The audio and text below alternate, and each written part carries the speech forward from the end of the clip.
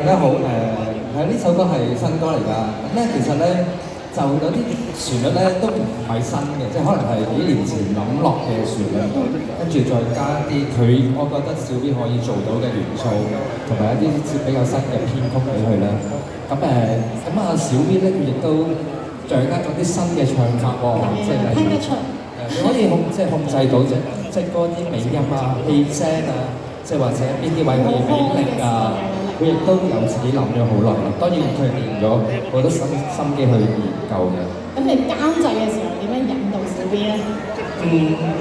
放啲咯，放開自己啲咯，同埋即係感情呢啲嘢咧，即係或者開心樂觀，即係有時有喜有悲嘅人生，即係有時要面對，有時係有感情，有時開心咁有對比，咁先至係生命咁樣咯。係，呢個都係生命嘅歌曲係咪？係一首係咪啊？都問下 Tim Sir 啦，因為你同小 B 嘅合作相當之多啦。係。你係學生嚟㗎嘛？老師嚟㗎嘛？問下老師啦，平時喺中年好聲音就評價好多嘅歌曲啦。今次嘅演唱演繹，你又俾小 B 幾多分咧？好欣慰啦，因為佢嘅處女作品應該係我寫嘅。係啊，隨便放閃啊！嗰陣時係仲係疫情嗰陣時，咁所以我睇住佢嘅成長啦，睇住佢而家喺個台上邊越嚟越淡定、越揮灑啦。即係我喺錄音室同佢做嘅嘢，好多時咧，我睇到而家喺台上邊已經好簡單咁就做咗出嚟，即係所以係好欣慰嘅。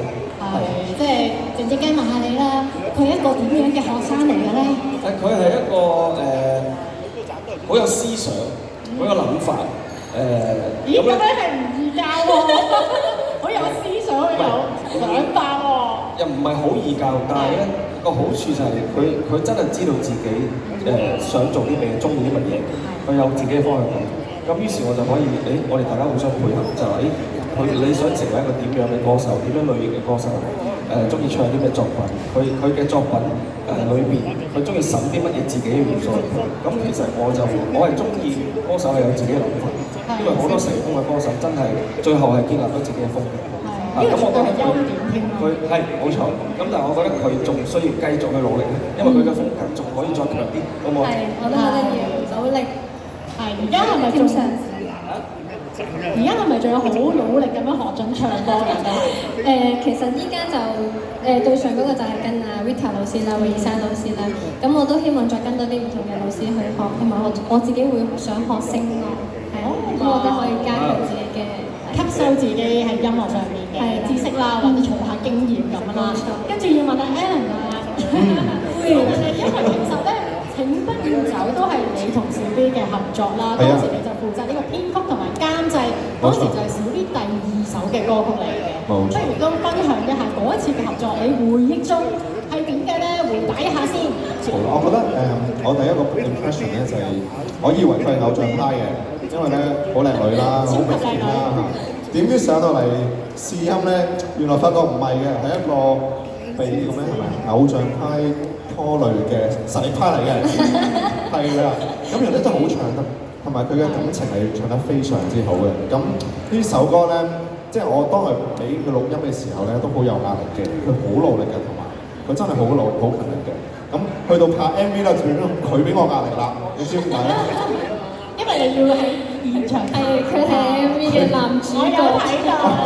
我要做男主角 MV，其實個壓力唔係因為彈琴啊。因為佢太靚同埋太後生，好分心啊嘛！我有少少年紀嘅差距，咁有少少壓力。我要扮翻後生少少咁樣。但係好似睇翻個 MV，陣間有得睇啊！睇翻一個點咧自己，我覺得自己嚟嘅。我覺得佢好靚咯，個畫咗出嚟都好靚。其實真係好靚，因為咁啱個光打入去咧就哇！我當時嘉誠老師喺側邊喺度彈鋼琴嘅時候，哇！個光打入去，哇咁靚嘅！係好夢幻嘅，因為當時嗰個陽光嗰個好似係4點鐘嘅，係嗰個少少嘅時刻咧，個光射落嚟，好似喺電影入邊嘅感覺嘅，係啊，唔使打燈咩都好啦，已經好電影嘅感覺，已經好電影㗎啦，係，所以而家都有太陽光照，而家都有。不過咧，小眾藝術家咧仲未有 MV 嘅，咁我都好期待我哋小眾藝術家嘅一個。唔係咩？頭先嗰個唔係嘅，嗰個取笑咧，嗰個係嗰啲散疏嚟嘅拍影相。我我知道你哋喺度個個喺度笑我啊！係啊，反仲話好俾心機。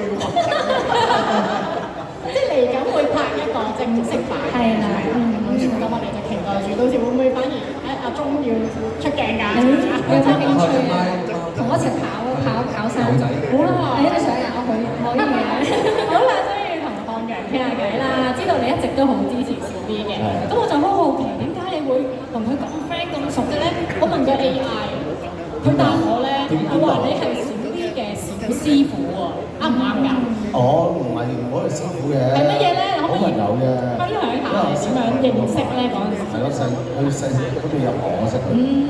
咁啊，本身睇住佢大，咁佢又冇話，咁我咪見到佢嗰陣時，我都係同阿張家誠睇一樣啦，見到佢，哇好靚喎，應該唔識唱歌㗎啦，咁佢唱歌，咦係喎，識唱歌㗎喎，咁見到佢樣又覺得應該都冇乜腦㗎啦，咁同埋佢幾有思想嘅，所以佢好多人錫佢。係，佢叻得嚟同埋好勤力，我覺得呢個係大家好欣賞嘅。佢就俾偶像拖累咗嘅神差，我就俾神拖累咗嘅偶像。好，咁呢個時候傾得咁開心，當然咧都要影翻張合照啦。咁不如呢個時候你哋就一齊影翻張相先啊！好，我哋望一望，係啦，中間嘅攝影師。